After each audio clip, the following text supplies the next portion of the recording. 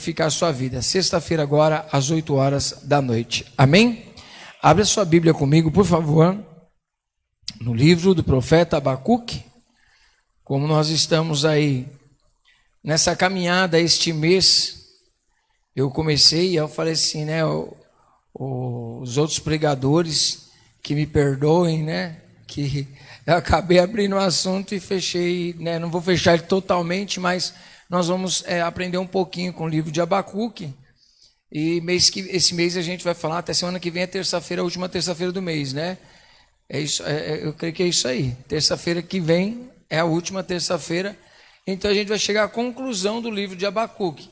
Significa que a gente tirou tudo dele. Tem muita coisa para a gente tirar aqui. Então por isso que eu digo que não é uma exposição do livro, mas a exposição de algumas partes do livro.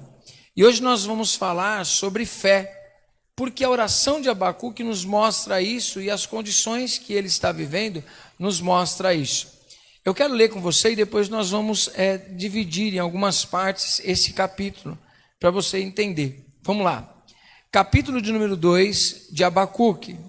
Embora nós já lemos ele na semana passada, nós vamos ler uma parte dele e vamos refletir em 3 partes esse capítulo aqui. Tá bom? Eu quero que você me acompanhe e preste bastante atenção naquilo que eu vou te passar. Não vou abrir um monte de livros para te dizer um montão de coisas, mas eu vou te contar histórias que estão aqui dentro da palavra de Deus, que já fazem parte do nosso cotidiano, para a gente entender melhor a ação de Deus, melhor o que é a fé, porque existe um problema muito grande com as pessoas, até mesmo dentro da igreja, que confundem fé. Tem gente que confunde fé com preconceito, você sabia disso? Tem gente que confunde fé com preconceito. Por exemplo, às vezes a pessoa fala assim, vou fazer oração da fé, né? Eu vou fazer oração da fé porque aquele filho vai ser curado, porque aquilo vai acontecer, né? E às vezes eu falo assim, por exemplo, de filho, porque às vezes acontecem situações que, por exemplo, eu tenho uma filha com síndrome de Down. Eu já passei por uma história que no início do nascimento dela, confundiram fé com preconceito. Tem pessoas que disseram, não, eu não aceito, e com fé, eu não aceito que ela tenha síndrome de Down. Por exemplo, um exemplo desse para vocês entenderem que eu estou falando de cadeira, né, pastor? A gente não fala de cadeira, essas coisas. As pessoas gostam de jogar a fé, o não acontecimento de algo, a ausência da nossa fé. Mas, na verdade, muitas vezes as pessoas estão dizendo, eu não aceito tal situação, mas é por quê? Por causa do preconceito com aquela situação. Então, por exemplo, hoje, embora exista maior liberdade, né, mãezinha? Maior liberdade, maior engajamento das crianças com síndrome de Down ou crianças com outras características que trazem determinadas debilidades e os fazem diferente, embora a sociedade é diferente, tudo é diferente, a gente não vai entrar nem nesse mérito, né, pastor? Eu falo sempre do pastor porque o pastor também enfrenta muitas coisas dessa na questão do Felipe, né, pastor? Perdão se eu falar alguma coisa, pastor, repreendo isso daí, né? Mas é isso, a gente sabe o amor que temos pelos filhos, o quanto eles são especiais para nós, e às vezes coisas pequenas numa criança, entre aspas, normal, né? Falando toscamente, ou das crianças que têm necessidades especiais, às vezes uma coisinha que é tão simples, normal para uma criança, quando uma criança especial faz alguma coisa, é fogos. Porque a gente sabe da debilidade, mas tem gente que ao invés de cuidar da criança com fé, acaba exercendo preconceito, porque é diferente. Não aconteceu por falta de fé e eu não aceito. Eu não aceito isso, mas tem que entender se você não aceita porque você entende algo que é enfermidade, ou você não aceita porque você não quer ser envergonhado por alguma situação. Quem está entendendo o que eu estou querendo ministrar aqui? Tentando abrir isso. A gente precisa entender o que é fé e preconceito. Eu não quero passar por tal coisa, porque o que vão dizer de mim? Isso daí não é fé. Isso daí você tem medo do preconceito que você vai sofrer. Quem está entendendo? Então a gente precisa separar essas coisas. Também temos o pensamento que fé é quando você acredita que as coisas vai dar tudo certo e aquela fé move as coisas positivas para que dê tudo certo. Isso também não é fé bíblica, tá? A gente está dentro da igreja, Então nós vamos falar de uma fé bíblica, nós não vamos falar de uma fé que todo mundo diz que é fé. Então o pessoal vai fazer fezinha. Eu vou fazer uma fezinha na loto, vou fazer uma fezinha na Mega Sena, no bolão. É fé, é fé. Isso daí seria a fé que Deus está dizendo ou é um populacho? Né? Porque se é pecado ou não, aí cada um tem um pensamento, mas uma coisa eu tenho certeza, assim como o futebol. Deus se mete? Sim ou não? Não, porque aí o cara está lá. Tem crente no São Paulo, pastor? Tem? Tem. Tem crente no Santos? Tem. Sei, acho que tem também. E se não for no time, na torcida, tem? Aí tem um cara lá falando assim, Deus abençoa o Santos. E outro dizendo, nossa, Senhor, abençoa o Santos não, Senhor. Santos não abençoa ele não, abençoa o São Paulo. Aí Deus fica assim, ai, quem tem mais fé para me abençoar? Não tem nada a ver, é quem se preparou mais. Aí eu vou entrar na piscina e vou competir com a outra pessoa ali. Aí Deus vai me ajudar. Irmão, você vai ter que se preparar. É quem tiver mais preparado, não é questão de fé. Aí eu vou fazer aquela entrevista, eu vou disputar com uma pessoa, mas eu tenho fé que eu vou ser melhor. Mas você, na verdade, não é questão da fé, é você se preparar melhor do que o outro. Mas a gente não coloca que tudo é fé? Tudo é fé, e não é assim que a Bíblia funciona, para falar assim, eu tenho fé em Deus, que isso vai dar certo e vai dar certo. Ponto, acabou. Isso não é fé. Mas como, apóstolo? Porque nós vamos perceber que o profeta, no capítulo 1, estamos trabalhando dentro de uma fé bíblica, amém? Diga assim, fé bíblica. Tem gente que tem medo de estudar a Bíblia, que tem medo de perder a fé. Pelo contrário, irmão, você vai dar base para a sua fé. A fé, ela vem pelo ouvir e o ouvir pela palavra do quê? De Deus. Quando você conhece a palavra, você estrutura a sua fé. Às vezes as pessoas esquecem disso e pensam que fé é você simplesmente orar, simplesmente profetizar, fé é simplesmente acreditar que está tudo certo, não quero perder tempo de ficar entendendo. Não, a sua fé, ela tem tamanho. Tem. Se tiverdes fé do tamanho de um grão de mostarda. Ou seja, ela tem um tamanho pequenininho, mas ela tem o poder de fazer grandes coisas. Mas ela tem o tamanho. Mas eu pelo menos eu entendo, eu quero crer que cada um de nós crescemos na fé, sim ou não? Você cresceu na fé? Senão a gente fica nos rudimentos. Aquelas coisinhas de meninice, que existem momentos de meninice, mas a Bíblia nos ensina que os ministérios, os 5 ministérios, eles estão aí para trazer maturidade, para que a gente venha crescer.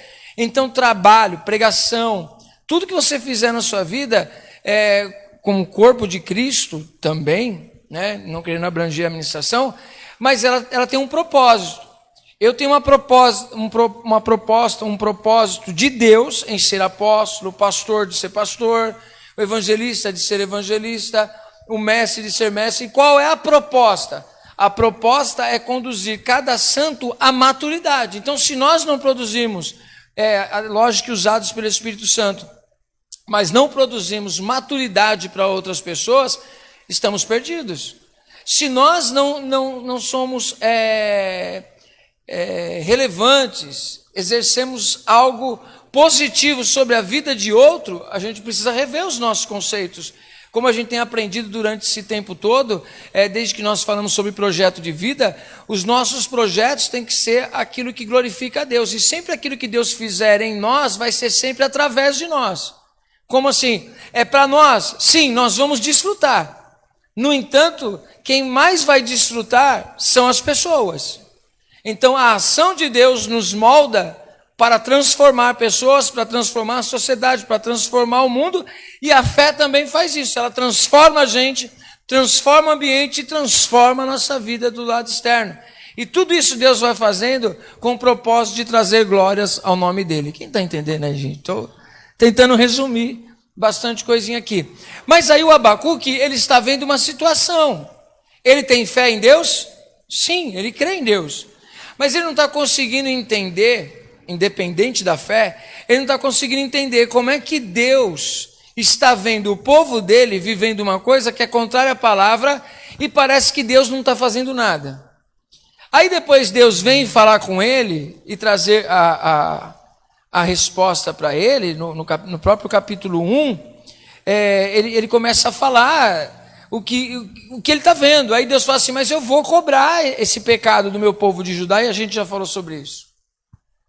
Aí o profeta, ele se sente impactado com aquilo que ele ouviu de Deus. A notícia que Deus deu para ele era boa? Não era boa. Aí na oração dele, que ele fez a pergunta no capítulo 1, ele tem a resposta no capítulo 1, versículos de 5 ao 11. Mas aí ele não fica sossegado, ele está agoniado. Ele fala assim, não estou em paz. E aí, como nós vimos na semana passada, ele sobe na torre de vigia dele, porque ele falou com Deus. Ele fala assim, Deus, o Senhor é santo de eternidade a eternidade. Não estou conseguindo juntar essa informação. Que o povo está errado, eu sei. Mas será que é justo o Senhor levantar uma nação injusta para cobrar um povo mais justo? E aí a gente aprende com a palavra de Romanos, que tem muito Romanos aqui em Abacuque, dizendo, mas não tem nenhum justo, Abacuque, né? Traduzindo assim, não tem nenhum justo, nenhum perfeito. Então se eu fosse cobrar, eu exterminava, mas eu deixo as pessoas desfrutarem da minha graça. Mas tem pessoas que estão brincando comigo e eu vou cobrar eles. Mas Senhor, o Senhor vai cobrar usando alguém pior do que eles? Sim, mas só que depois também eu vou cobrar aquele que eu usei, porque Deus é justo. Quem está entendendo, diga glória a Deus. Diga para a pessoa que está do lado ou atrás, ou à frente, diga assim, Deus não vai aliviar. Não pensa que Deus alivia para a igreja dele, pelo contrário. Se ele fosse ter que aliviar, ele aliviaria para o mundo, não para a igreja. Você sabia disso? Por quê? Porque a igreja é o lugar onde você está ouvindo a verdade da palavra de Deus. Amém?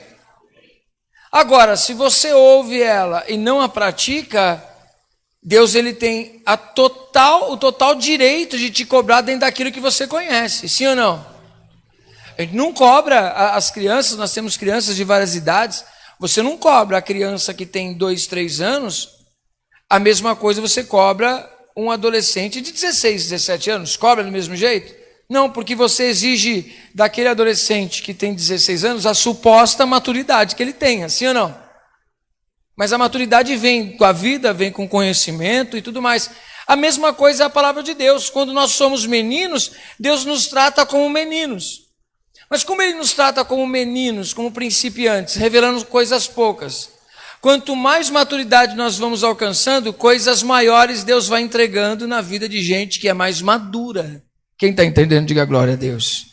Aí o profeta fala com Deus, e ele não conseguiu entender muito bem, e ele vai lá na presença de Deus, ele se coloca na torre de vigia, e ele diz assim, no capítulo 2, versículo 1, por-me-ei na minha torre de vigia, colocar-me-ei sobre a fortaleza, e vigiarei, para ver o que Deus me dirá, e que resposta eu terei à minha queixa. O que o profeta fez diante de Deus? Ele apresentou uma queixa. Quando eu estou me queixando de alguma coisa, eu estou falando de quê? Estou reclamando de uma situação que eu não consigo entender. Estou procurando respostas. Amém? Só que sempre que a gente fala assim, quando nós temos necessidade de uma resposta, é só a gente ir até Deus. Só que automaticamente, quando a gente vai até Deus, a gente já vai logo pela fé. Mas, quando nós queremos a resposta, muitas vezes a resposta que nós entendemos que é de Deus, é aquilo que satisfaz o quê? O nosso coração. E se Deus não responder nada, a gente fica doido. E se Deus responder uma coisa que é contrário ao que a gente quer, aí a gente fala, a gente recebe meio de beicinho. E se Deus falar aquilo que a gente quer, aí tá vendo? Eu tenho fé. Deus faz. A minha fé, a sua fé, não é dessa maneira que ela funciona. Ou melhor, uma fé madura não é assim que ela se porta. Eu vou mostrar para você aqui dentro da palavra. Porque quem faz a queixa é quem? O profeta. Quem traz a resposta? O profeta ele não teve intermediário aqui. Ele faz uma queixa direto a Deus, e Deus traz uma resposta direto ao profeta. Por isso que a gente está dizendo que esse livro, ele não escreve, embora a gente aprenda com ele não escreveu no intuito de mandar para alguém, como por exemplo o profeta Jeremias ou Isaías. Ele está falando de uma dificuldade que ele está vivendo interna. É ele, o problema aqui é ele, Deus e o que ele está vendo. Quem está entendendo? Aí Deus traz a resposta para ele. Preste atenção na resposta de Deus. A pergunta dele foi o seguinte: por que Deus se vale de pessoas ímpias, que são os babilônicos, para castigar o seu povo, que é mais justo que eles? E aí Deus traz a resposta. Primeira coisa que Deus diz para ele: o Senhor me respondeu e disse: escreve a visão, grava sobre tábuas, para que a possa ler até quem passa correndo. Porque a visão ainda está para cumprir-se no tempo determinado, mas se apressa para o fim, e não falhará. Se tardar, espera-o, porque certamente virá, não tardará. Quem é que decidiu esse plano? Quem decidiu agir? Deus. Deus decidiu agir. A resposta para a oração do profeta foi a seguinte: Deus, Abacuque, eu decidi agir assim. Diga assim: Deus decidiu agir assim. Sabe o que ele está dizendo para o profeta? Você não entende, mas eu sei o que eu estou fazendo. Eu é que tenho esse plano. Eu decidi desse jeito e eu sei o que eu estou fazendo. Ok, Abacuque. Quem está entendendo? Aí o Abacuque, isso não resolve muito. Porque é mais ou menos assim: Abacuque, eu tenho os meus planos, eu tenho os meus caminhos, eu faço do meu jeito, e a minha vontade é boa, é perfeita e é agradável. Diga assim: boa, perfeita e agradável. Para quem? A Ele. A vontade dele é boa, perfeita e agradável. Quem está alinhado, está no tempo dele, entende isso e vive pela fé. Mas quem não está no tempo de Deus não entende que Deus é bom, aí critica. Olha, Deus isso, Deus aquilo, me dá a resposta disso, me dá a resposta daquilo.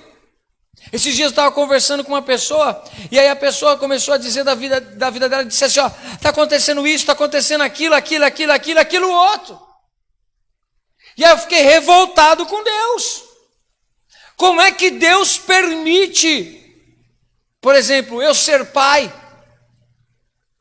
Não estava dentro dos meus planos. Como que Deus faz isso? Exemplo.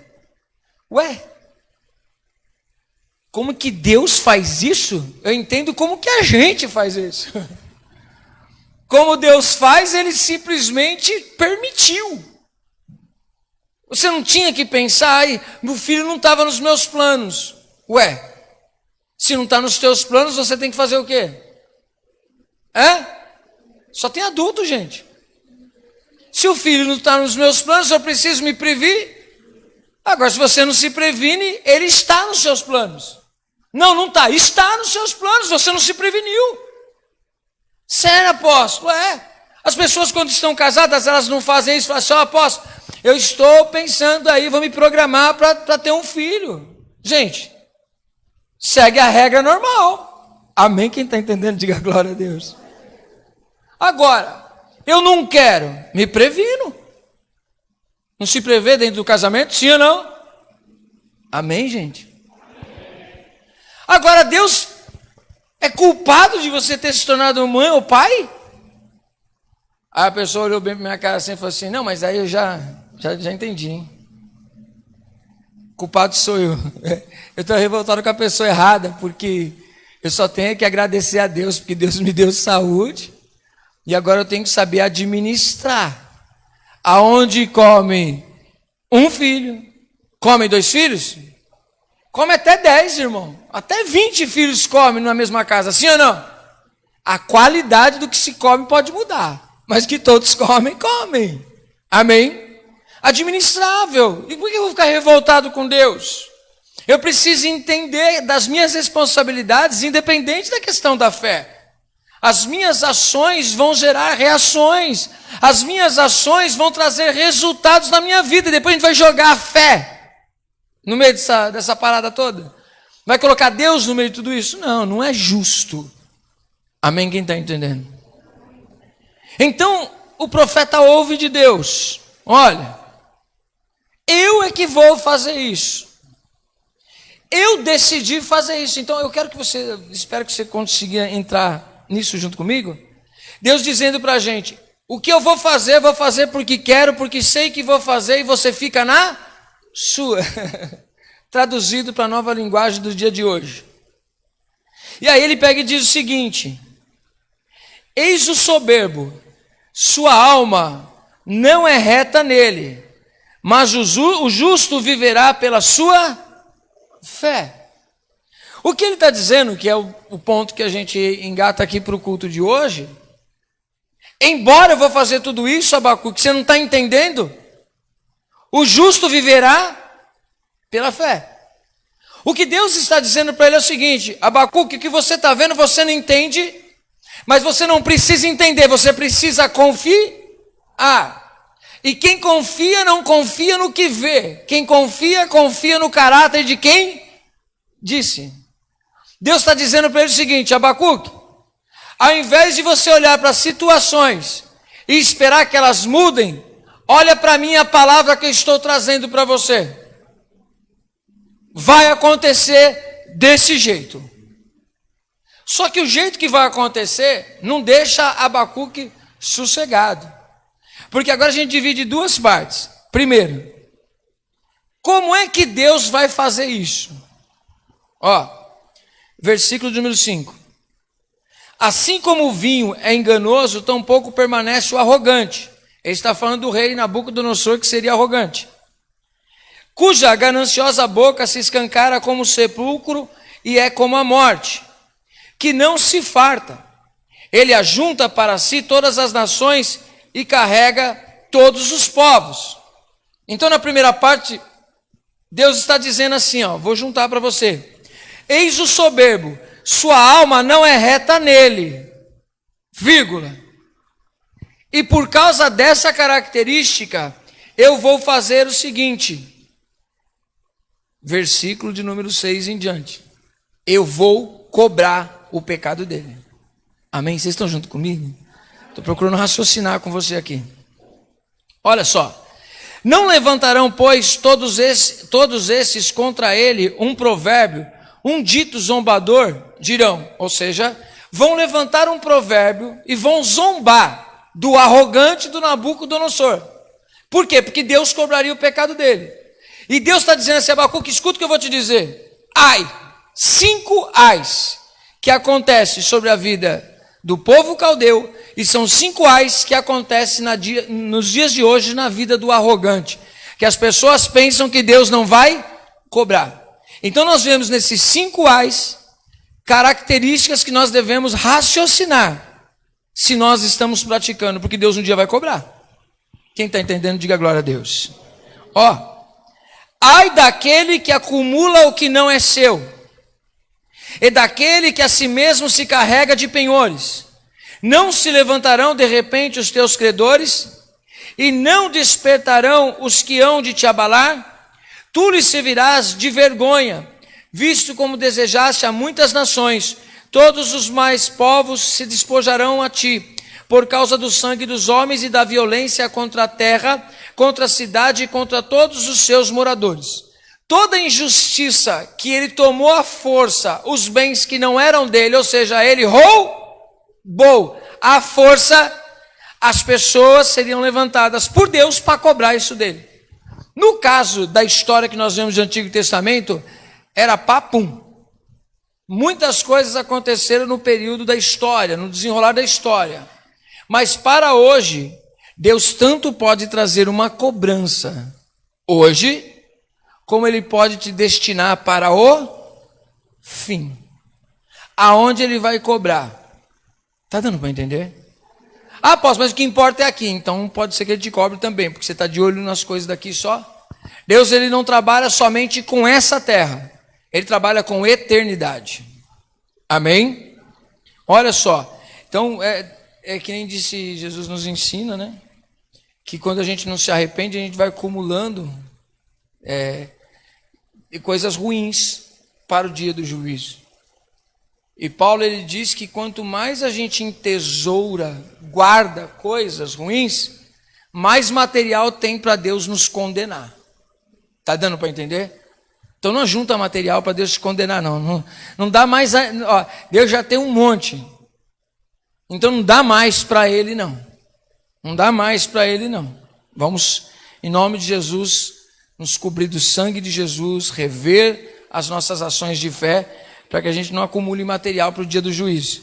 Segundo ai daqueles daquele que ajunta em sua casa bens mal adquiridos, para pôr em lugar alto o seu ninho, a fim de livrar-se das garras do mal. Vergonha maquinaste para a tua casa, destruindo tu a muitos povos, pecaste contra a tua alma, porque a pedra clamará da parede e a trave lhe responderá do madeiramento. O que ele está dizendo é o seguinte: você adquiriu suas riquezas, as pessoas viram você crescendo, mas viu você crescendo iniquamente. Essas mesmas pessoas vão ver a sua derrota e vão zombar de você, da tua vergonha.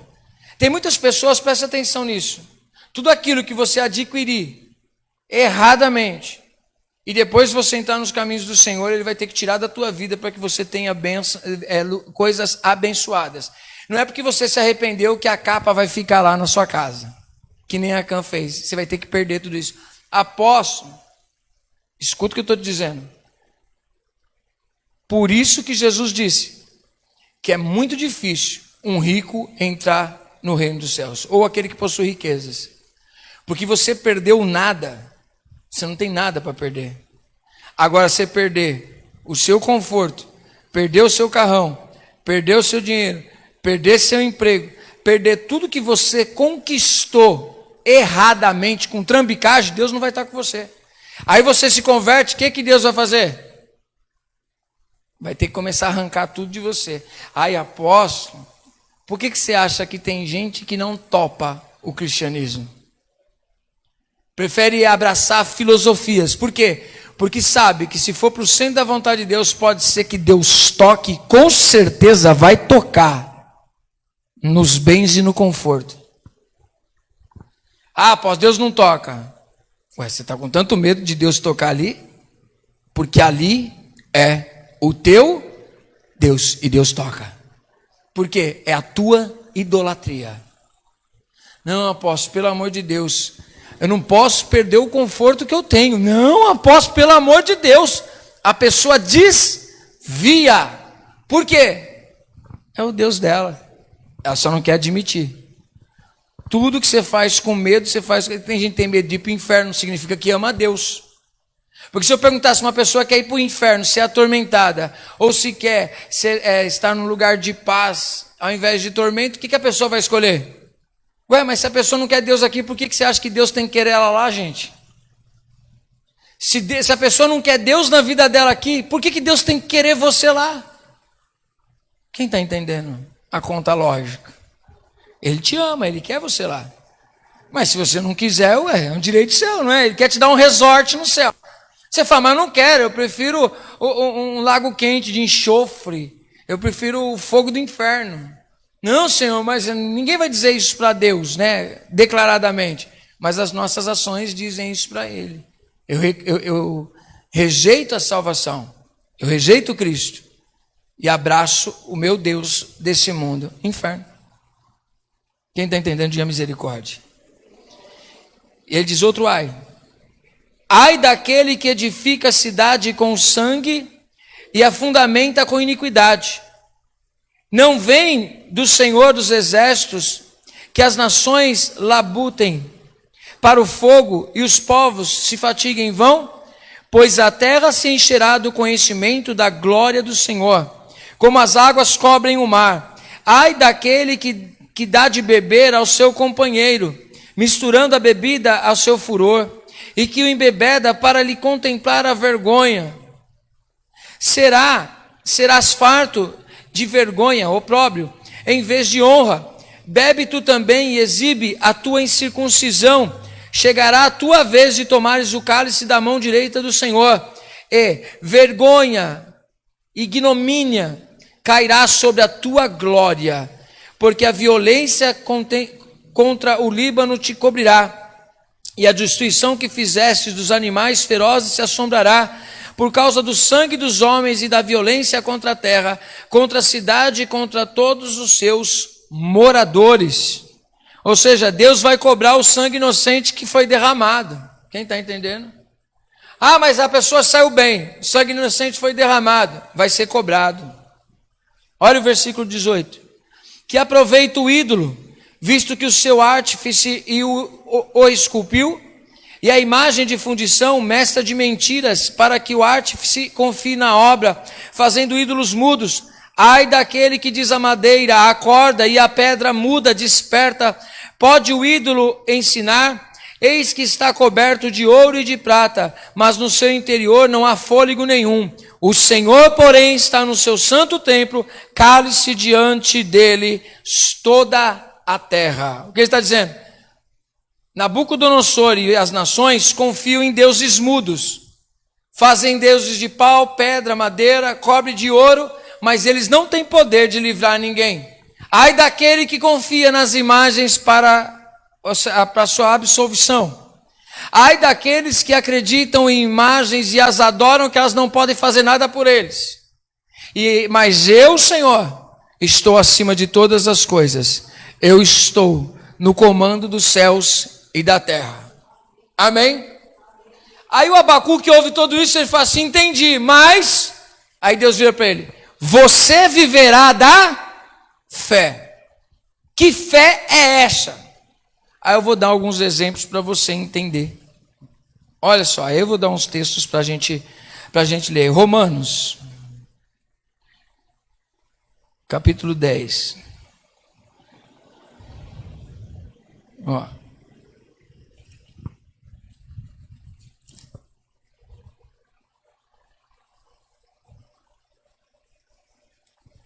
Versículo de número 11. Porquanto a Escritura diz, todo aquele que nele crê, não será confundido, pois não há distinção entre judeu e grego, uma vez que o mesmo é o Senhor de todos, rico para com todos os que o invocam, porque todo aquele que invocar o nome do Senhor será salvo. Como, porém, invocarão aquele em quem não creram? E como crerão naquele de quem nada ouviram? E como ouvirão, se não há quem pregue? E como pregarão, se não forem enviados? Como está escrito, conformosos são os pés dos que anunciam coisas boas. Mas nem todos obedeceram ao evangelho, pois Isaías diz, Senhor, quem acreditou na nossa pregação? E assim, a fé vem pela pregação, e a pregação pela palavra de Cristo. Mas pergunto, porventura não ouviram? Sim, por certo, ouviram. Por toda a terra se fez ouvir a sua voz e as suas palavras, até os confins do mundo.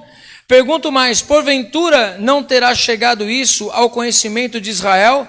Moisés já dizia, eu vos porei em ciúmes com um povo que não é nação, com gente insensata, eu vos provocarei a ira. E Isaías a mais se atreve e diz, fui achado pelos que não me provocaram, revelei-me aos que não perguntaram por mim.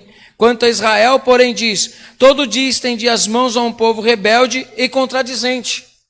Que base nós temos para analisar isso aqui? Vamos lá. Quando nós vemos a história de Números, lá no capítulo 13, você lembra da história de Números capítulo 13? Eu não vou ler ela para você, porque ela é bem conhecida, mas eu vou trazer a sua memória. O povo saiu do Egito, foi passar pelo deserto. Deus tinha uma promessa. Qual era a promessa? Terra de Canaã. Aí Deus falou para eles, vão, caminhem que eu vou colocar vocês lá dentro. O povo começou a ficar meio duvidoso, porque começou a demorar a chegar à terra. O que Deus fez com eles? Falou assim, ó, Moisés, separa 12 espias, manda eles lá na terra, porque eles estão começando a ficar desacreditados, porque eles precisavam ver. Diz a palavra que 12 espias vão até lá. Os 12 vêm à terra, a terra manava leite e mel, era perfeita, maravilhosa. Só que eles voltam. No capítulo 13, versículo 25 ao 33, eles vão dizer o que é que eles viram dessa terra. Eles viram uma terra que verdadeiramente manava leite e mel, só que existia muita dificuldade. E eles disseram, eles afirmaram o seguinte: nós não vamos conseguir entrar nessa terra. Mas quem disse para eles que eles entrariam naquela terra? Deus. Se eles estão dizendo que eles não entrariam naquela terra, significa que eles estão dizendo que Deus não tem poder de colocá-los lá. Eles duvidaram do caráter de Deus. Deus não disse uma palavra? Ponto, vocês vão entrar lá. Então eles deveriam acreditar naquela palavra, não naquilo que os olhos deles viram. Só que eles acreditaram naquilo que os olhos viram e se esqueceram da palavra, duvidaram do caráter de Deus. Só que é interessante que Josué e Caleb, no Números 14, 5 ao 9, eles foram na mesma terra. Eles disseram também, realmente, tem dificuldades na terra, mas é o seguinte, o Senhor está do nosso lado. A boca do Senhor o disse, então vai acontecer. Nós vamos devorar eles como se fosse pão. Acabou, Deus está do nosso lado. Deus disse que nós vamos chegar lá, então nós vamos chegar lá. E nós cremos nisso, nós cremos no caráter de Deus. Ele não é homem para mentir, nem filho do homem para se arrepender. Aquilo que ele disse nós vamos fazer e nós vamos viver, porque Deus vai nos colocar lá. Mas eles estavam firmados no que eles acreditavam ou na palavra que eles receberam? Na palavra que eles receberam. Deus, ele está alinhado com a palavra dele, aquilo que ele falou ele vai cumprir. Josué e Caleb, dessa galera toda, não entrou só os dois. Entrou uma nova geração, mas a geração que saiu do deserto, porque a gente fala assim, meu Deus, Deus disse que não entraria todo mundo, só Josué e Caleb, por causa da postura deles, mas a gente vê que tem milhares de pessoas rodando Jericó, e uma galera entrou na terra. Como que entrou só Josué e Caleb? É porque eles representam uma nova geração que nasceria no deserto. A geração que viu Mar Vermelho, comeu das codornizes, viveu naquele momento, saindo, viu as maravilhas que Deus fez lá no Egito, eles não entram. Está dando para entender? Mas por que eles não entram? Porque Deus estava com raivinha deles? Não, é porque eles não acreditavam no caráter de Deus. Já Josué e Caleb, sim, acreditavam. Então fé é você acreditar no caráter de Deus. Hebreus capítulo número 11, vamos ler? Esse a gente tem que ler. Como resultado da incredulidade deles, você já lembra, o que foi que Deus disse? Tão certo como a glória do Senhor encherá toda a terra, esse povo não entra na terra, porque eles duvidaram do meu caráter. Eu disse que ia fazer, eles não acreditaram. Abre aí, em Hebreus.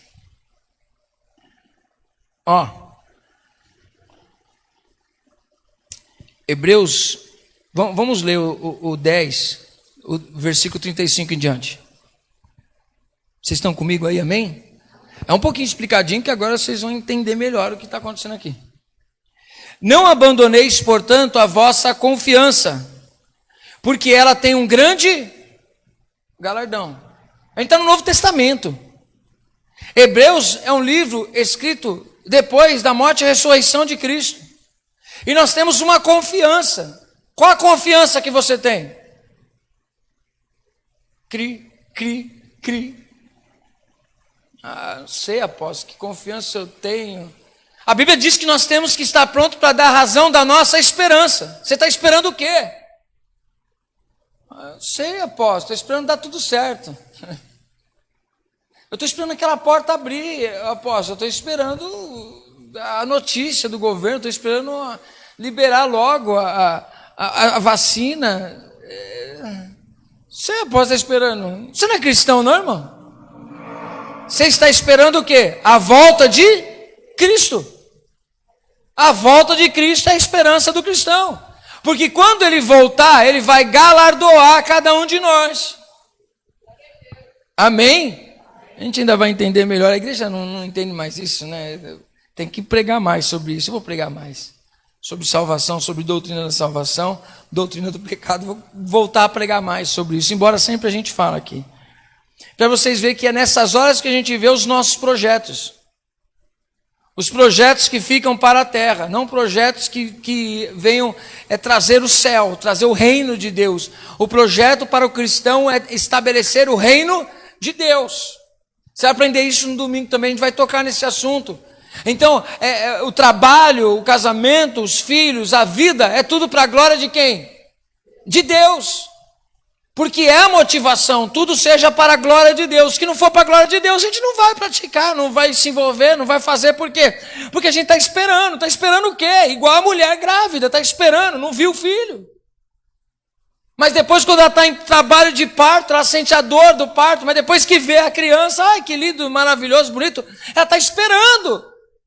Só que nós geramos essa expectativa, não está com expectativa, é menina? É menino? É? Menininha. Já tem a Lohane. Mas você não cria expectativa? Você não sabe, a Lohane já sabe, olha o tamanho dela. Mas como vai ser o bebezinho? Como que vai ser? Ai, meu filho, ai, minha criança, a menininha, ela vai ser assim, vai ser assada e tal. Você vai gerando aquela expectativa. Será que nós geramos expectativa com a volta de Cristo, com o reino de Cristo sendo estabelecido? Será que nós geramos expectativa? Agora, será que também essa expectativa é gerada pelo fim de um problema nosso? Ou será que essa expectativa é gerada por amor àquilo que vai acontecer? Quem está entendendo? Porque na hora da prova, a morte é a melhor coisa que pode acontecer, que acabou a prova. Mas e se estiver tudo bem? E Deus falou, vou te levar. Senhor, me dá mais. Agora, Senhor. Agora que está tudo bem, o Senhor quer me levar? Quem está entendendo? Olha só o que ele disse. Com efeito, tendes necessidade de perseverança, para que, havendo feito a vontade de Deus, alcanceis a promessa. Porque ainda dentro de pouco tempo, aquele que vem virá e não tardará. Todavia, o meu justo viverá pela fé. E, se retroceder, nele não tenho prazer. A minha alma não tem prazer naquele que retrocede a fé. Eu não acredito mais, eu abandonei. Deus não tem mais prazer. Deus perdeu a alegria de estar com aquela pessoa, vamos dizer assim, porque ela rejeitou a fé, ela não tem mais a esperança de Jesus Cristo, ela não vive motivada pelas coisas do céu, ela não vive motivada pelo manifestar da glória de Deus em sua vida. Quem está entendendo? Nós, porém, não somos dos que retrocedem, amém? Aleluia. Para a perdição, somos, entretanto, da fé, para a conservação da alma. Aí ele chega à conclusão: ora, a fé é isso. A fé é certeza de coisas que se esperam, a convicção dos fatos que não vê, pois pela fé os antigos obtiveram bom testemunho. Pela fé entendemos que foi o universo formado pela palavra de Deus, de maneira que o visível veio a existir das coisas que não aparecem.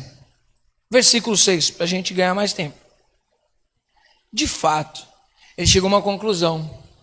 É verdade, sem fé é impossível agradar a Deus.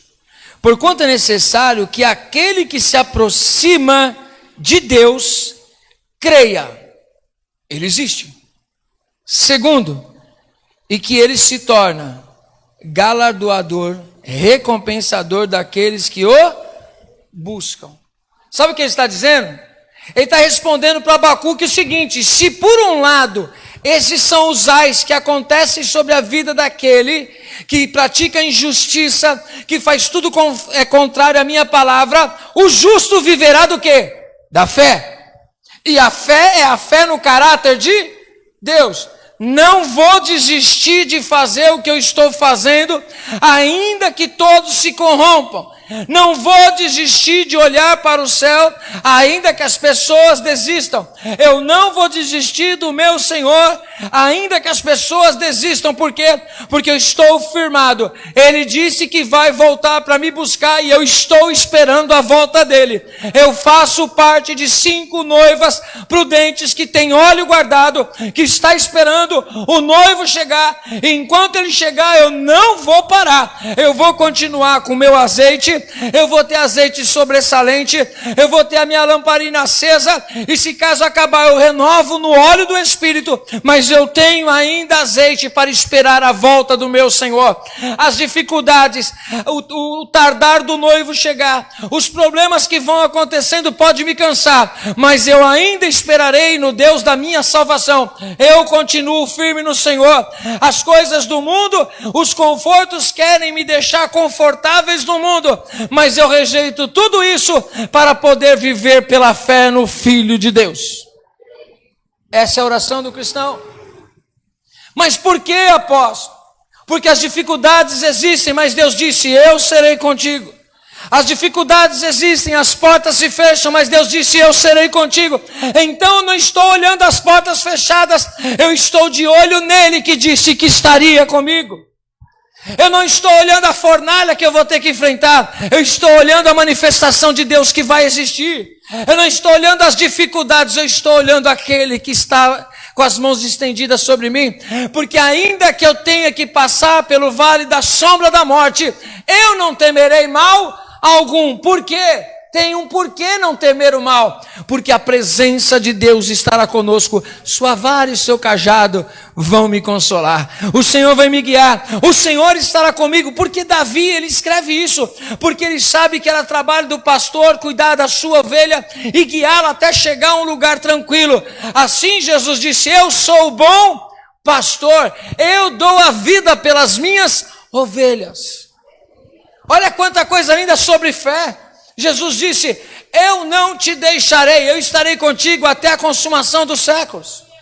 Não vamos andar sozinho. Ah, apóstolo, mas eu me sinto sozinho. Exerça a sua fé. Sabe por que você está entendendo que a sua fé não tem poder? Sabe por que você está entendendo que as coisas não vão mudar? Porque você está olhando para elas ao invés de olhar para aquele que te prometeu algo. É ver o mar de sofrimento, é ver as dificuldades e continuar dizendo, eu confio em Deus. É você estar dentro do barco, o mar está couro comendo, mesmo assim você confia em Deus. É você sofrer o naufrágio, não tem documento, não tem roupa, não tem alimento, não tem mais nada. Lembra, pastor, dessa palavra que é forte ouvir isso, não é? Deus disse, não foi o homem, Deus disse que tudo vai se arrebentar, mas nenhum vai se perder. A palavra que Deus deu para Paulo. E Paulo desanimou? Não. Ele se agarrou nas madeiras e chegou lá na ilha, porque a boca do Senhor o disse. Deus disse, eu serei contigo, eu te dei toda essa tripulação nas mãos. A fé não é ausência de lutas, a fé é no caráter de Deus para enfrentar as lutas e saber que você vai sair de pé segundo a vontade de Deus. Glória a Deus. O que Deus está dizendo para Abacuque? Abacuque, teme não. Você vai ver tudo isso aí, ó, vai acontecer, mas eu vou fazer valer a minha palavra. Se você esperar, você vai ver. Olha só o que diz a palavra aqui, ó. Eis o soberbo, sua alma não é reta nele, mas o justo viverá pela sua fé. Ele está dizendo a Abacuque, exerça a sua fé. A resposta para Abacuque foi que, Abacuque, eu estou resolvendo todos os problemas, se alegra, eu sou contigo, só por causa da sua intercessão não vai haver destruição, Abacuque, porque quando o profeta clama, a destruição não acontece. Quando o profeta questiona, Deus entra com a mão dele poderosa e muda toda a situação para que aquilo não aconteça. A resposta para Abacuque não foi essa. Ele disse, o fim virá. A cobrança vai acontecer. Não vai ter jeito, Abacuque. O que minha boca disse, eu vou cumprir. Eu vou levantar os caldeus, a destruição vai acontecer, mas aquele que crê, vai acreditar no meu caráter, o justo viverá da fé em mim, mesmo em meio ao caos. Fé é orar e ter a certeza de que vai dar tudo certo. Já não quebrou esse paradigma?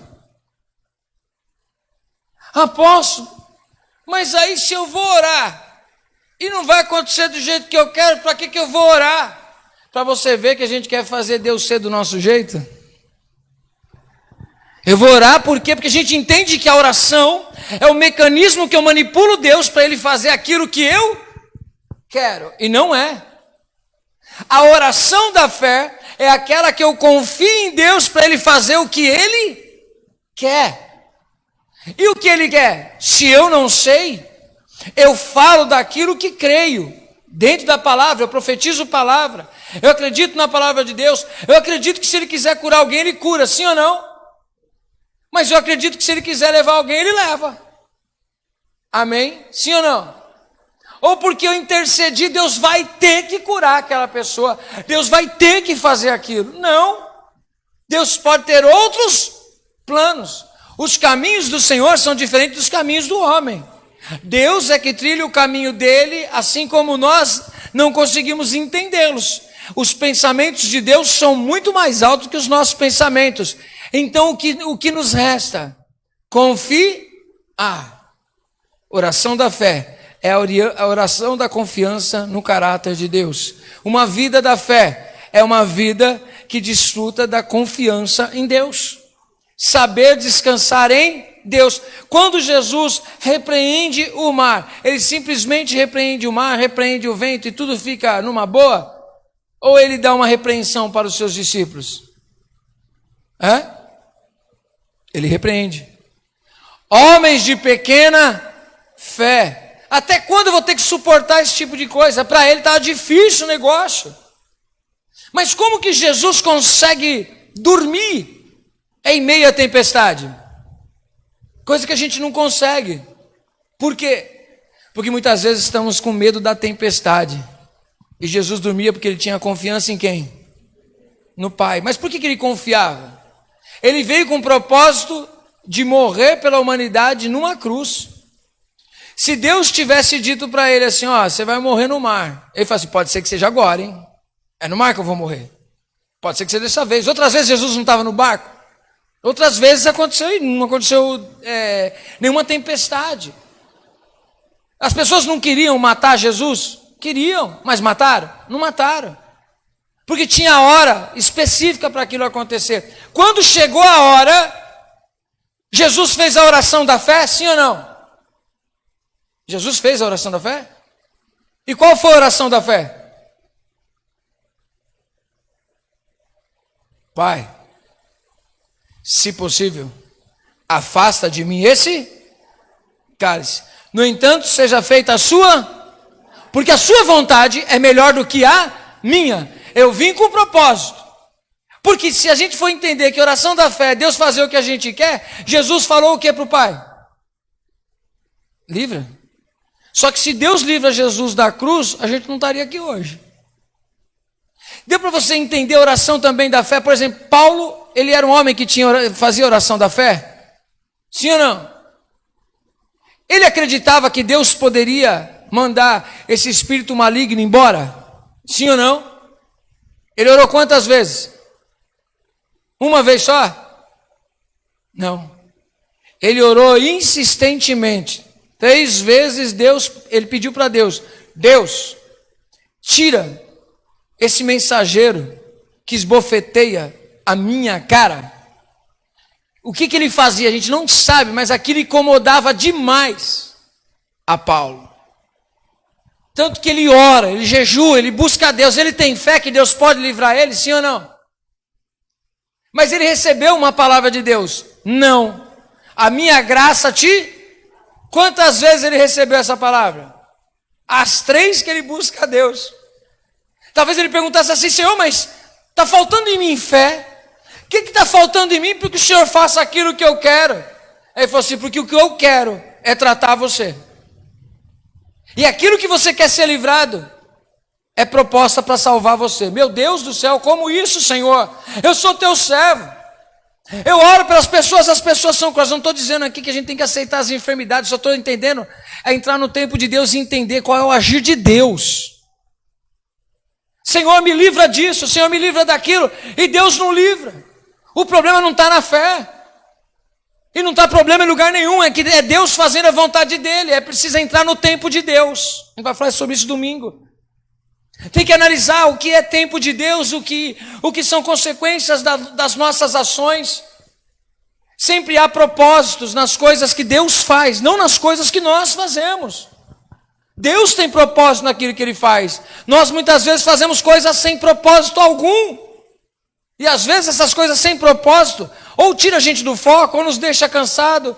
Não traz coisa boa, não traz nada. Quem está entendendo?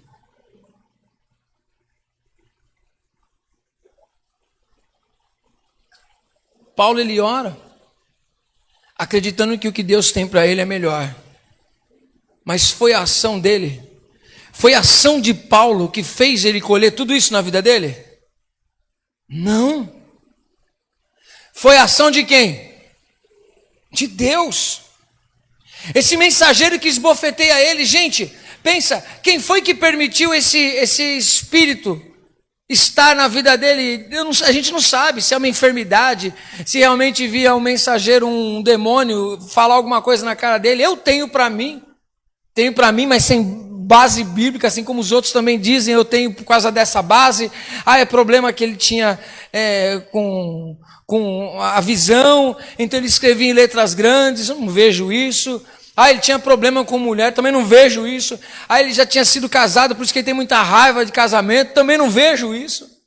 Não, ele era homossexual, por isso que esse era o espinho na carne, ele lutava porque ele era homossexual. Isso é a tua ideia que fala, não tem nenhuma base bíblica. Mas eu tenho uma coisa para mim, que jamais Satanás deixaria um demônio, enviaria, ou um demônio apareceria, ou estaria na vida de alguém com a proposta de salvá-lo. Já pensou um negócio desse? Não, estou aqui para te salvar. O demônio quer que você vá para o inferno, irmão, junto, de braço dado com ele. Por que ele vai promover alguma coisa para você ir para o céu? Ele não é agente do bem, ele é agente de caos. Quem está entendendo? Então, se aquilo, Deus responde o que para Paulo? Paulo, a sua oração está sendo ouvida? Sim ou não? A sua oração está sendo ouvida, a sua oração é sincera. As nossas orações podem ser sinceras, então nunca diga na sua vida, porque aquela situação não mudou, que Deus não te ouviu. Nunca diga que a sua oração não foi, ela pode não ter sido respondida ainda, ou a resposta não é aquilo que você esperava, mas não existe oração que não é ouvida lá no céu. Quando Daniel orava, há 21 dias atrás ele orou, e a oração dele já foi recebida, desde quando ele começou a se humilhar, então a oração foi recebida, ele tinha fé, só que a resposta veio trazer para ele a visão do que ia acontecer, mas mesmo assim ele não deixou de ser um cativo da Babilônia. O José, ele não deixou de ser escravo de Faraó, só que ele foi promovido a escravo top. Está dando para entender? Ele só não estava no sofrimento. Mas agora a gente vê o que? Tudo tem propósitos, agir de Deus, e Deus ouve a nossa oração. Deus ouviu o José no poço, Deus ouviu o José também quando estava no palácio. Deus ouviu Jesus a todo momento, Deus ouve você a todo momento, mas tem coisas que Ele permite que aconteça, para que aconteça crescimento, para que haja maturidade, para que você conheça a Deus não de informação, mas conheça a Deus de experiência. Saiba disso, todos nós teremos desertos que passaremos para conhecer Deus. Se não tiver deserto na sua vida, você não está no caminho certo. Quem está entendendo? Apóstolo, mas a minha fé me livra do deserto. Não, a minha fé faz eu passar pelo deserto de cabeça erguida. A minha fé me livra de todo o mal. Não, é você enfrentar o mal. A fé não é ausência de problemas, não é ausência de lutas. A fé é você acreditar no caráter de Deus e dizer: tem luta, tem dificuldade, Senhor, mas eu sei o meu lugar, não fui eu que causei isso, não fui eu que causei aquilo. A gente precisa aprender a olhar isso. Tem coisas que nós causamos e tem coisas que Deus permitiu que fossem causadas para nos tratar. Deserto, ou a gente vai com as nossas pernas, ou é Deus que nos coloca. Quem está entendendo? Diga assim comigo: deserto, ou vamos com as nossas pernas, ou Deus nos coloca. Pergunto para você e você responda para você mesmo. O deserto que você tem passado, você foi com as suas pernas ou Deus te colocou? Responda para mim não. É para tu.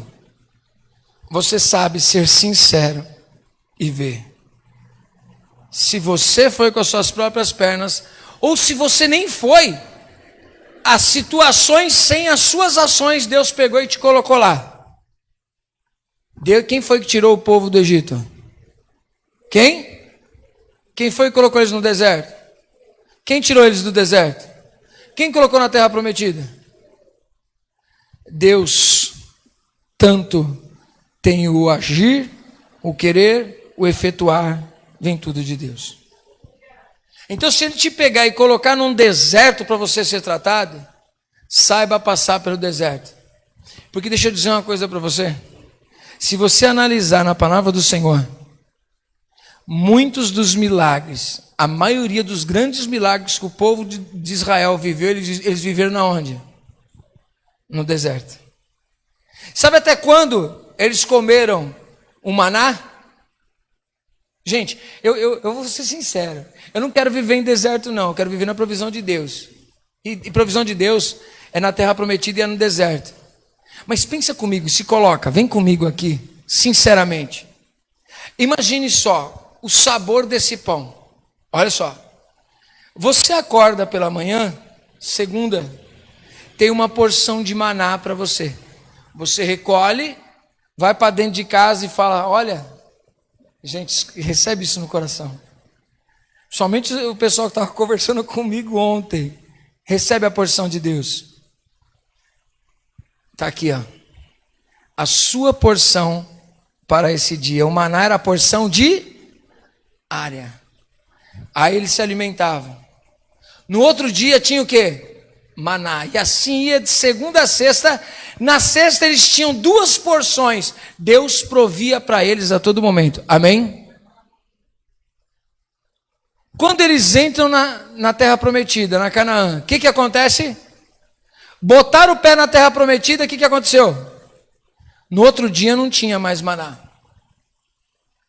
No outro dia não tinha porção dobrada. Mas eles tinham o que comer?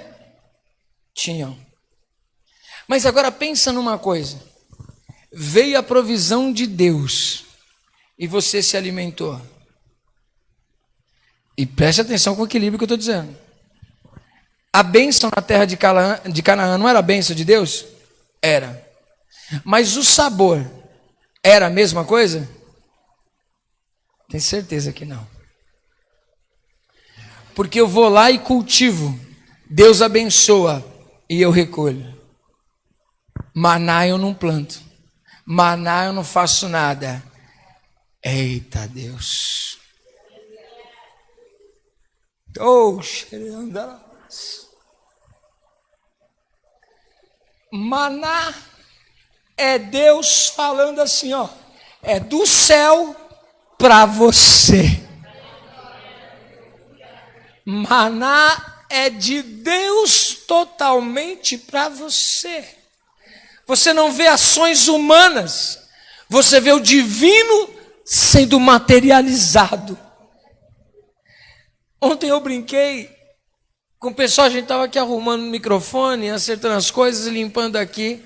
E eu brinquei e disse, aí o pessoal, tchau, apóstolo, estou indo. E eu falei assim, Deus abençoe, obrigado. Porque eu, como homem, agradeço, porque você acredita em mim, eu sou falho, sim ou não? Eu sou limitado. Mas agora você já imaginou Deus falando assim, obrigado, Letícia, por ter vindo aqui me servir. Obrigado, Viscate, obrigado, Márcio. Obrigado, viu, Gisele? Obrigado, gente, por vocês terem ofertado e dizimado. Obrigado, hein? Existe isso? Não. Até nos constrange se Deus fizer isso, não é? Como Deus? Obrigado. O Senhor não tem que me agradecer. Eu é que tenho que agradecer do Senhor deixar eu trabalhar na tua casa, Senhor. Sou eu que tenho que agradecer do Senhor deixar eu ir notado, do Senhor deixar eu estar aqui. Eu é que tenho que agradecer, Senhor. Mas aquilo que Deus não fala, Ele age. Está dando para você entender? Aquilo que Deus não fala, Ele age.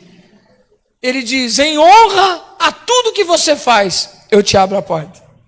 Em honra a tudo que você faz, eu te recompenso. Então quando você honra, você recebe honra. E quando a gente é honrado, a gente chora e diz assim, Senhor, mas eu não mereço. Mas é a minha provisão para você. É a minha parte para você. Eu estou te sustentando. Quem está entendendo? É assim que os milagres vão acontecendo. Isso é fé. Fé é falar o que Sadraque, Mesaque e Abidnego disseram. Quando o rei fala assim, olha, se vocês não se dobrarem diante de mim, eu jogo vocês dentro da fornalha. Ele disse assim, ó, fé me leva a agir diferente. Rei, esse mesmo rei que foi dito que para Abacuque que esse rei ia vir e arrebentar tudo. Você vê como era a ideia do cara. Diz que essa estátua era uma imagem dele, para que as pessoas se dobrassem. Sadraque, Mesaque e Abidnego, se eu ouvir o meu carnaval não viesse dobrar com a minha sinfonia, eu taco vocês lá dentro da fornalha. Os caras falam assim, ó, é o seguinte, deixa eu contar para você, rei. Eu não sei o que Deus vai querer. Se Ele quiser tirar a gente lá de dentro, Ele tira. Se Ele quiser deixar a gente morrer torrado, a gente morre. Mas a gente não vai se dobrar diante desse Deus seu aí, porque é o seguinte, já é inegociável. Só que foi a fé deles que livrou eles de dentro da fornalha? Não. Porque se a gente for falar que os caras disseram que eles seriam livrados, eles não disseram isso. A fé deles levou eles a morrer torrado até se for preciso. Porque se isso for fé, então eu vou dizer que Paulo morreu sem fé, Pedro morreu sem fé, os discípulos morreram sem fé, um monte de gente morreu sem fé. Está dando para entender? Agora, Sadraque, Mesaque e Abidnego foram livrados por quê? Porque Deus queria falar com quem? Com o rei. O segredo ali não era os três, o segredo era o rei. Porque Deus queria ter acesso ao coração daquele rei e falar com ele. Aí o que o rei faz? Não, realmente, esse Deus aí é Deus nos céus e na terra, não existe Deus igual a esse. Ou seja, Deus estava se revelando para ele. Mas a fé desses três homens não era que eles seriam livrados. A fé deles é que não importasse o que acontecia, eles continuariam sendo fiéis. Está dando para entender? São exemplos que eu estou dando de fé para a gente entender o que Deus está dizendo para mim, para você e para Abacuque. O justo viverá da fé. E isso é fé. Eu acredito no caráter de Deus e ponto. Como eu vou morrer? Não sei. Mas eu acredito no caráter de Deus. Se Deus vai me tirar, vai me colocar? Não sei, mas eu acredito no caráter de Deus. Que ainda que eu tenha que passar pelo fogo, Ele vai estar comigo. Significa que eu vou ter que sair do fogo ileso? Não. Significa que eu não vou ter que passar por dificuldades? Não. O que significa é que Deus estará conosco em meio a todas as nossas dificuldades. Então para de avaliar se a tua vida está indo bem para ver se você tem fé. Fé não é acreditar que as coisas vão tudo bem, está tudo bem. Fé é acreditar que Deus é contigo, mesmo que as coisas não estejam indo bem conforme você quer. Amém? Deus disse que será contigo? Então não desanime. Apóstolo, eu estou orando, mas parece que eu não tenho fé. Se você não tivesse fé, você não estaria...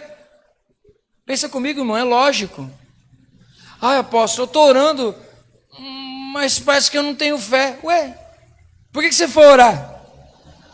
Porque para mim, Deus se materializou para você para falar, estou aqui no quarto te esperando para orar? Não. Simplesmente você foi lá orar. Você viu Deus? Não. Ele precisa ficar se manifestando para você acreditar nele? Também não. É isso que Jesus disse, eu não vou ficar me mostrando para cada um de vocês, para vocês terem que acreditar em mim. Vocês precisam ter fé. Eu não vou ficar me materializando. Não, a gente não vai precisar ficar brincando com Deus. Deus, mostra para mim isso, mostra para mim aquilo, mostra que você é comigo. Você crê ou não crê, irmão? A fé é para ser exercitada naqueles momentos que você não sente um pingo da resposta de Deus. Fé é para ser exercitada quando existe o silêncio de Deus. Sabe aquilo que você clama e você não ouve nada? E você continua firme. Isso é fé. Deus sempre tem que fazer alguma coisa. Você ainda está amadurecendo na fé. Quem está dando para entender? Ai, Deus está falando comigo, porque está indo tudo bem. Deus me deu a direção. Ai, Deus, olha, tal. Ai, você viu como eu sou uma pessoa da fé? A fé é você acreditar que Deus está no controle, mesmo quando você não tem respostas. Quando você não consegue entender o cenário, e você continua firme no caráter de Deus. As portas se fecham, você diz, eu confio em Deus. As notícias não são boas, mas você confia em Deus. Isso é fé. Amém? Vamos orar? A oração da fé. Apóstolo, semana que vem a gente fecha. Vai ficar tarde. Abacuque entendeu ou não entendeu? Entendeu. Mas o que é que ele entendeu? Semana que vem a gente fala sobre o que ele entendeu. E aí sim a gente fala sobre a oração de Abacuque. O resultado que chegou. Ó, só para abrir para a semana que vem. Versículo 2 do capítulo 3. Tenho ouvido, ó Senhor, as tuas declarações, e eu me sinto desesperado, alarmado. Tá difícil, Senhor, a resposta que o Senhor trouxe. Isso é fé. Não é Deus trazer boas respostas, é você saber que Ele te ama e está contigo no meio das suas dificuldades. Aí você vai ver a oração da fé, de uma pessoa que tem fé, a oração de Abacuque. Aí você vai declarar ela diferente na sua vida. Aprenda, nossa, dá vontade de já engatar no de domingo. Aprenda a entrar no tempo de Deus, que você vai aprender a confiar nele. Já pensou? Imagine essa cena. Deus dizendo para você, confia, eu estou no controle de todas as coisas. Confia, eu sou contigo. Confia, eu estou com você. Confia, ainda que os teus olhos estão vendo tudo atrapalhado. Confia, descansa em mim. Tem um louvor antigo que diz, é meu, somente meu, todo o trabalho. E o seu trabalho é? Alguns conhecem. E o seu trabalho é o quê? Descansar em mim. A coisa que deve ser mais gostosa, eu preciso aprender, Xan. Atravessar a piscina de uma ponta a outra eu já aprendi. Mas eu queria muito aprender a boiar, mano. Eu não sei. Mas eu queria aprender a boiar. Deve ser muito da hora você ficar ali assim, ó. Muito da hora. Fisicamente eu não aprendi. Mas eu aprendi a boiar em Deus. Porque quando você boia, você vai indo para onde a água vai te levando, não é isso? Tá ali, ó. Tranquilo. Confiante. Aprenda a descansar em Deus. Ele está no controle de todas as coisas. Ele está no controle da nossa vida. Apóstolo, mas aqui para nós, tudo ser humano, sai dessa espiritualidade, apóstolo. Vem cá para nós. Não quero ir não. Não quero. Porque se eu for para a carnalidade, eu me desespero. Quando eu vou para Deus, eu vejo esperança. Quando eu vou para a carnalidade, eu me vejo nos problemas, nas dificuldades, nas lutas, nas tentações, nas dificuldades que nos cercam, todas as coisas que não é conforme eu queria. Eu vou e me escondo em Deus. Lugar de refúgio. Apóstolo, uma vez, algumas pessoas que têm oportunidade, a gente está bastante junto, acaba ouvindo bastante coisa junto, né? Muita intimidade. Eu digo para vocês, se eu olhar a minha vida humana, se eu olhar dificuldades, eu não prego a palavra para vocês. De tudo aquilo, após sua vida está ruim, minha vida está uma maravilha. Mas tem tantas coisas que eu gostaria que fossem diferentes na minha vida. Aposto. Tem coisas que eu já compartilhei, né, pastor Vitor? Pastor Vitor falou assim, eu não aguentaria. Estou errado, pastor? Eu não pregaria nessa situação. Estou reclamando, não, minha vida está uma bênção. Mas tem coisas que eu não tenho como mexer. Tem coisas que eu não tenho como fazer, mas dói tanto. Mas você acredita que até a dor é menor? Sabe o que eu aprendi com Deus? Nos momentos de maior dificuldade, Ele vai te colocar no colo dele. Ele vai te abraçar e vai dizer, eu e você. Deixa eu dizer uma coisa. Às vezes tem coisas que a gente não compartilha com ninguém. As pessoas parecem que fogem de perto da gente. Já sentiu isso? Não se entristeça. Se alegre. Porque é Deus chegando para te colocar no peito e dizer, eu sou o teu Deus. Eu tirei todo mundo da sua volta para estar com você. Eu tirei todas as pessoas da sua volta para ficar eu e você. Gente, se a gente olhar o livro de Cantares com essa visão, a gente vai entender o que é intimidade. Quanto tempo você não chora com Deus, não está você e Deus, não exercita a sua fé. Apóstolo, mas eu só vejo parede. Então você fala para ele, vem meu noivo, vem me encontrar, vem me envolver. Se coloca de pé em nome de Jesus.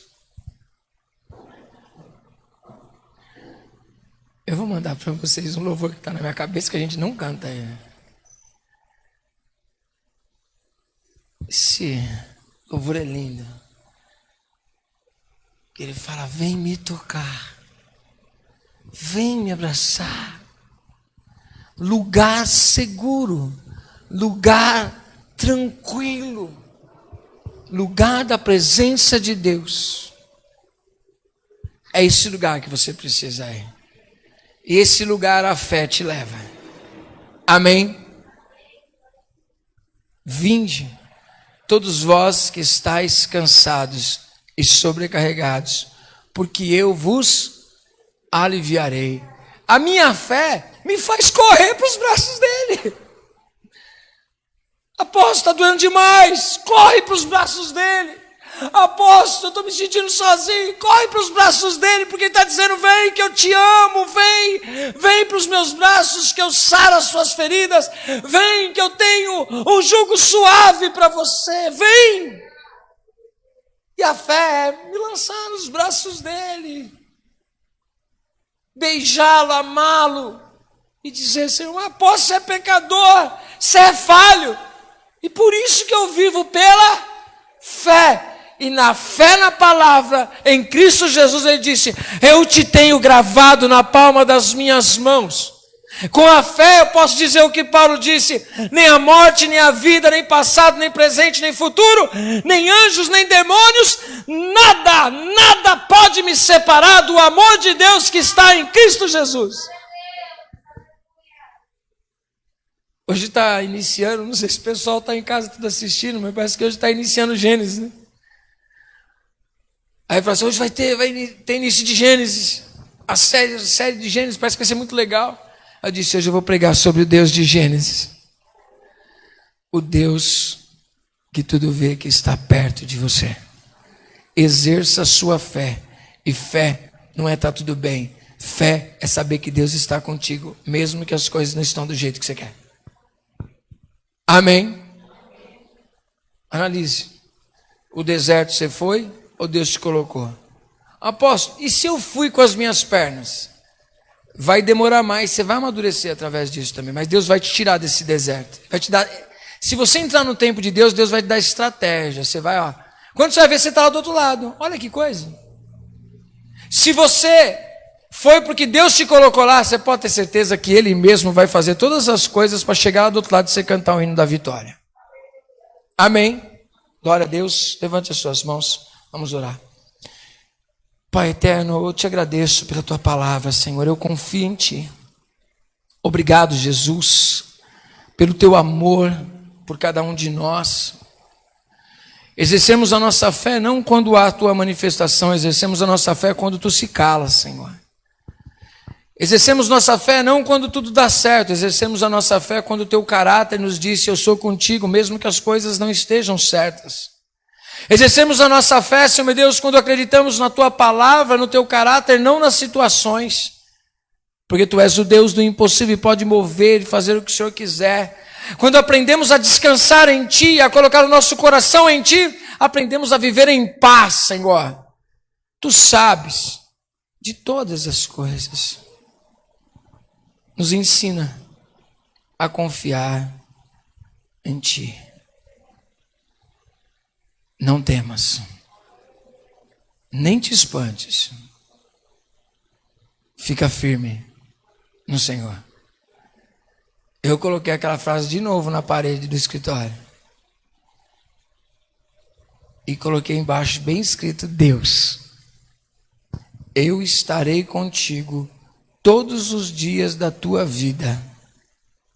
Nunca te desampararei, nunca te deixarei. Olha aqui para mim, por favor, olha aqui para mim. Se você sair daqui hoje, você que está na sua casa, ouvir isso hoje, aplicar na tua vida e não desviar os seus olhos dessa âncora, eu serei contigo todos os dias da tua vida. Não temas, não te espantes, esforça-te, tem de bom ânimo.